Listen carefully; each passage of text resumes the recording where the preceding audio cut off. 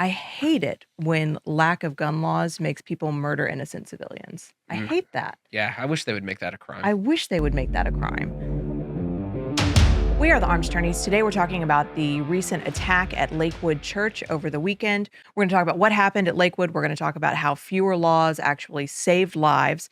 We're going to talk a little bit about how the Democrats are reacting. And then finally, what can we do going forward? What lesson can we draw from this attack? So before we get started, show your support for the Second Amendment by hitting the like button. And to start off, we got to talk about the history of the law and carrying in houses of religious worship just a little bit. And I think Yeah, so you know, like where we are right now. and I think this is illustrative for everyone because I think it's a good timeline. It shows how these little changes make huge differences in how you could apply this in your state. Yes. So, I guess step one, in 1995 in Texas, we actually didn't get concealed carry by license here until 1995. Yeah, carrying handguns in Texas generally in public just a crime. from the 1800s, 1880s up until 1995. Crazy enough, couldn't do it. Couldn't do it. So, January 1st, 96, you are allowed to carry guns. However, you are not allowed to do so in Churches. churches. In 2007, that changes. So, and this actually, I know this little bit of inside baseball from talking to a lobbyist, a gun lobbyist who's been doing it a really long time in Texas. Is this why it's so complicated? This is why it's so complicated. So when they removed churches, they just did it. And it's not worth explaining here.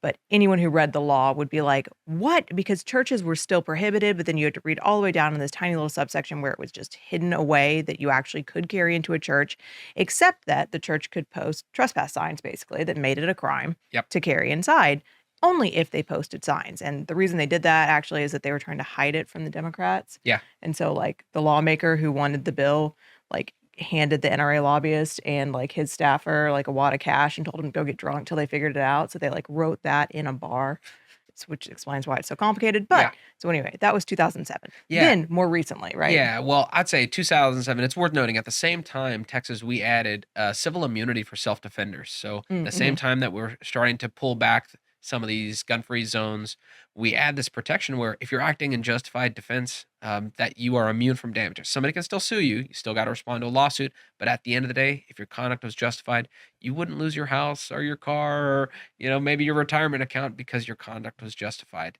Fast forward just a little bit further. 2017, really. That's our next date. Yeah, next date. So we go about a decade. It's completely removed from the list of prohibited places. Yes. We take houses of religious worship, churches. We take that completely out of the list.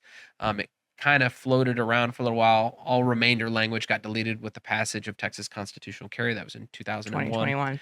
We also have more church laws, though. And these we have a new church law. Well, these are also important, right? Because going back, when I first started doing what I'm doing and sort of advising people on gun law, people would call in and say, I want to have like sort of just this covert church security team, people who have licenses, because we didn't have constitutional carry at the time, who want to help protect the church.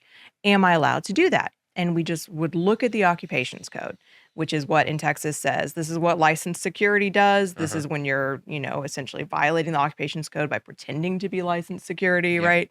And so we would tell people, yeah, you can have a church safety team, just don't wear anything that says security, don't get paid, don't blah, blah, blah, blah, blah, blah, and a list of, admonitions. And then in 2017, the Texas legislature actually passed a bill that said exactly what we've been advising people, just to clarify. Yeah. So, we knew in Texas you could have a church safety team. You just couldn't call them security. You couldn't pay them. Call yourself demon hunters. Call yourself demon hunters. That's what we would tell people. But I think what's really good about that is because all these security guard companies and what it came down to where people were, they thought they were looking like security, typically needed a license to act as security. And all these security guard companies were going down and shaking down these churches saying, hey, pay us some money or we're going to report you for having unlicensed security officers. Well, you just got a lot of little churches that can't afford that. Right. No. But they want to protect themselves because as we've seen, churches, they are a target of many attacks. Unfortunately, yes. So that happened. That was 2017 where we memorialized or we codified this volunteer church safety team provisions where churches could now have volunteers act as security effectively on their campuses. And so that was a great leap forward. Yes. In 2023, and if your state doesn't have this, start calling your lawmakers. 2023, we said, hey, those guys who are protecting the church. If they shoot someone, the church is not responsible for their actions. Because a lot of churches then found they were like, we want to have this volunteer security team. We want to have, any sort of security officer here. We don't want to be on the hook Yep. for what they do. And so, yeah, that's what great thing. We get a new law, just kind of, and that's why we mentioned that immunity from liability. That was only towards the individuals. Mhm. So when you have these lawsuits, everyone is getting dragged in. Theoretically, a church would get dragged in. Some of these little churches, they would just stop existing. Yeah. And so we passed immunity from liability for the acts of these safety team members.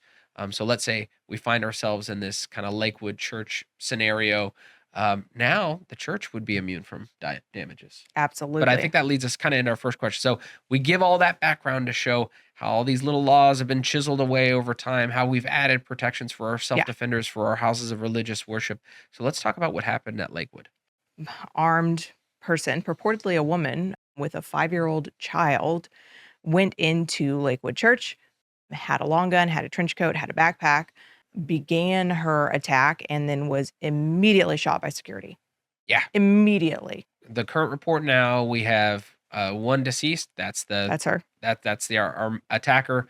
2 injured, an innocent man who was just happened to be a bystander, and then the child that she brought into the church with her. So those are our 2 purported injuries at this time. Right. So the Texas Democrats immediately issued a statement that was like, lax gun laws. Yeah. This happened because of lax gun laws. Like, so what did the Texas Democrats have to say? Today's shooting at Lakewood Church is yet another example of the danger and trauma that reckless gun laws have bestowed upon our community. I hate it when lack of gun laws makes people murder innocent civilians. I hate that. Yeah, I wish they would make that a crime. I wish they would make that a crime. No place of worship, shopping center, classroom, or shared public space is safe under the leadership of those that place the gun lobby over Texas's safety. Richard, as the gun lobby, why did you do that to everyone? Yeah, I'll have to reflect on that. Reflect on that, please. We are praying for the injured and all those impacted by this senseless act of violence. Well, yes, I do. I support that statement. Yep. Texans do not deserve to live in fear of a shooting at any time, and as more details emerge, we are grateful for the swift response of first responders under Mayor Whitmire's leadership, said Texas Democratic Party Chairman Gilberto Hinojosa. Yeah. So, well, the first responder in this case was the church safety team. Yes.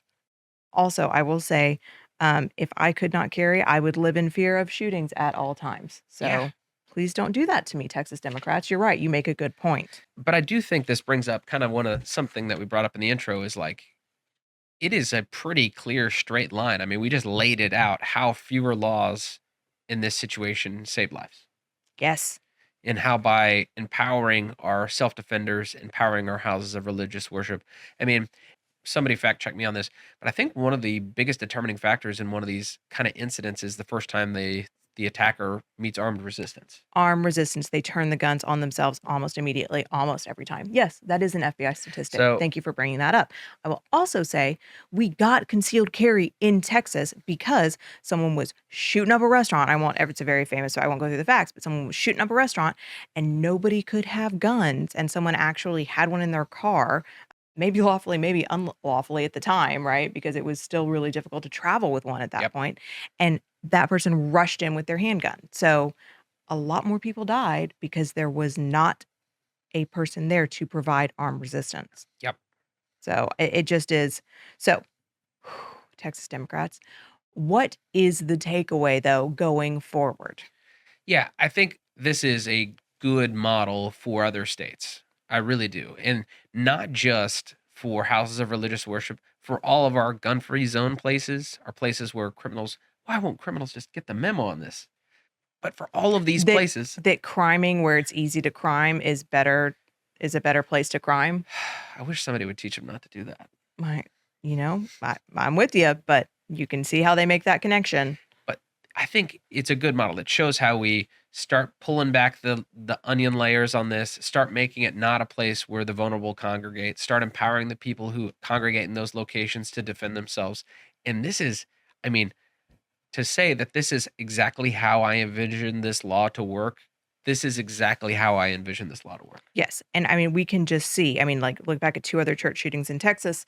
Jack Wilson there in the house of worship, providing church security immediately, right? Immediately shoots the attacker. Yep.